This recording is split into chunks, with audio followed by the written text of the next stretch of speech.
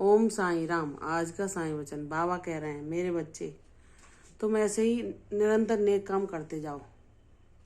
कोई तुम्हें सम्मानित करे या ना करे, क्योंकि तुम्हें जो कुछ मिलेगा मेरे दर से मिलेगा। इसलिए अपनी सारी आशाओं, सारी अपनी जो तुम्हारी इच्छाएं हैं उनको मेरे चरणों में अर्पित कर दो। सब मुझ पर छोड़ दो और मुझ पर छोड़कर निर्भीक हो जाओ। जैसे एक बच्चा अपने पिता की गोद में जाकर निर्भीक हो जाता है, चाहे उसका पिता उसे कितनी भी ऊपर क्यों ना उछाल दे, उसे विश्वास रहता है कि वह मुझे नीचे नहीं गिरने देंगे। वह जब ऊपर से मैं नीचे आऊँगा तो उनके हाथों में ही मैं सुरक्षित रहूँगा। उसी प्रकार बाबा हमारे परमपिता परमेश्वर हैं। वह हमें कभी भी किसी बुरी परिस्थिति में कहीं भी गिरने नहीं देंगे, किसी के आगे हमें झुकने नहीं देंगे। वह हमारा निरंतर ख्याल रख रहे हैं और वह हमें थाम लेंगे। गिरने से पहले ही वह हमें उठा लेंगे। जब तुम्हारा ऐसा दृढ़ विश्वास होगा तो तुम जैसा चाहते हो वैसा तुम्हारे जीवन में घटित होने लगेगा। क्योंकि मैं ये देखता हूँ कि मेरा बच्चा कितने अंतःकरण से मुझ पर विश्वास करता है। वह सिर्फ विश्वास शब्दों से ही लाता है या मन से और हृदय से भी पूर्णतः मुझ पर निर्भर होकर सारी चीज़ें मेरे चरणों में छोड़कर अपने कर्तव्यों को निष्काम भाव से निभाता है। जब तुम ऐसे बन जाते हो तो ईश्वर जान जाते हैं कि इसके मात्र में, इसके हृदय में लेश मात्र भी कहीं भी कोई भी शंका नहीं बची है। यह शंकाओं से मुक्त हो चुका है और यह निर्भीक हो चुका है। यह मेरे ऊपर ही निर्भर है। इसने सब तरफ से अपने मन को मोड़ लिया है।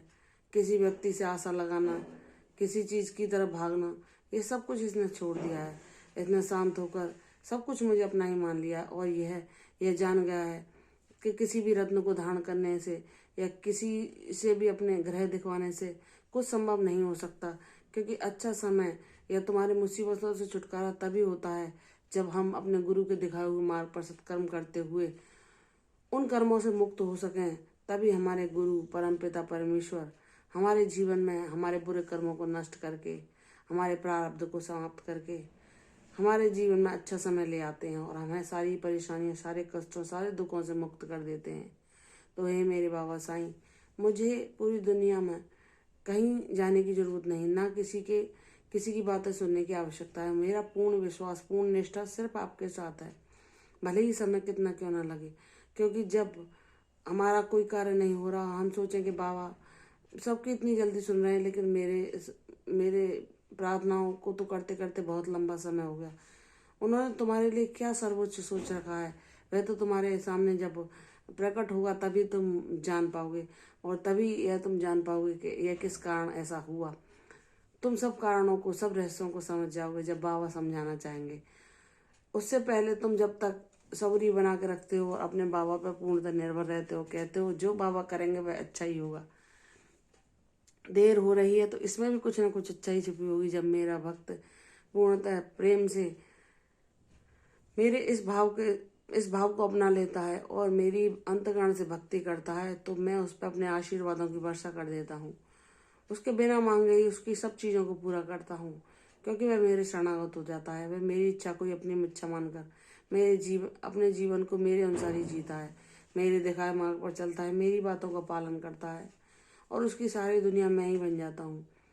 वह सब तरह संसार के भौतिक सुखों, सारी चीज़ों से अपना मुख मोड़ लेता है और वह इतना ज्ञानवान बन जाता है कि ईश्वर के अलावा कुछ भी यहाँ ना शाश्वत है ना सच्चा है। जो कुछ है ईश्वर हैं और मेरे जीवन में वह हैं।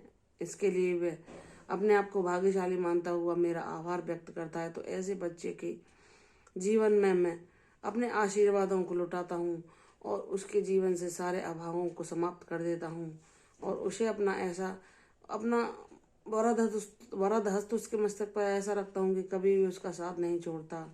चाहे यह जीवन रहे ना रहे, चाहे कितने भी जन्म हो जाएं, अगर वह शाश्वत मेरा साथ मानता है तो मैं जन्मों जन्मों के लिए, हमेशा के लिए उसे अपना साथ प्रदान करता हूँ और उसे सारे कष्टों, दुखों, भयों, निराशा से मुक्त कर देता हूँ और उसे चिर परम शांति प्रदान करता हूँ। जो कि परमानंद है, वही ईश्वर का साथ है, वही इस जीवन का उद्देश्य है, जिसे पाना सुलभ नहीं होता। लेकिन जो ईश्वर के शरणागत हो जाते हैं, उनसे उनकी भक्ति ही मांगते हैं और अपनी सारी समस्या उन्हीं के सामने रखते हैं, तो ईश्वर उन पर प्रसन्न होकर उनके जीवन का उद्धार कर देते हैं और उनके जीवन में ईश्वर का वास हो जाता है और वह सदैव परम शांति का अनुभव करते हैं और ईश्वर का साथ पाते हैं।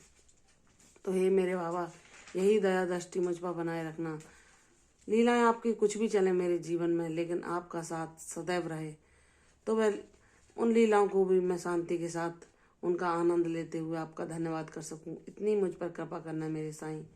अभाव आए, सुख आए, दुख आए, उनसे कोई परेशानी नहीं मेरे बाबा साईं, क्योंकि आप मुझे शक्ति देते हैं सबसे लड़ने की, सब परिस्थितियों में शांति बनाए रखने की। तो आपका साथ ही मेरे जीवन का सच्चा खजाना है, जिसके बिना मैंने जीवन की कल्पना करना ही छोड़ दिया है। क्योंकि जब मैं आपको जान चुका हूँ तो मैं आपको ही मांगता हूँ और अपने जीवन के अंधकारों को, जिनको मैंने देखा है, उनसे सदैव सदैव के लिए पीछे छुड़ाना चाहता हूँ। तो हे मेरे प्रभु, हे मेरे बाबा, मेरे अपराधों को क्षमा करके मुझे अपने चरणों की शीतल छाया में हमेशा के लिए स्थान देना, यही मेरी अभिलाषा है।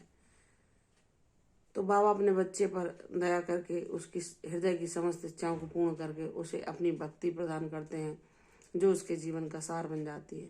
तो मेरे बच्चे, तुम्हारे जीवन का उद्देश्य मैं ही पूर्ण कराऊंगा और तुम्हें तुम्हारी मंजिल तक पहुंचाऊंगा। तुम सारी दुखों, सारी चिंताओं को त्याग दो और तुम्हारा अच्छा समय आने ही वाला है। इसलिए मुझ पर विश्वास करके सबूरी रखो, तुम्हारा कल्याण होगा। दीर्घायु भव। कल फिर आऊंगी साईं विजन के साथ, तब तक के लिए ओम साईं राम।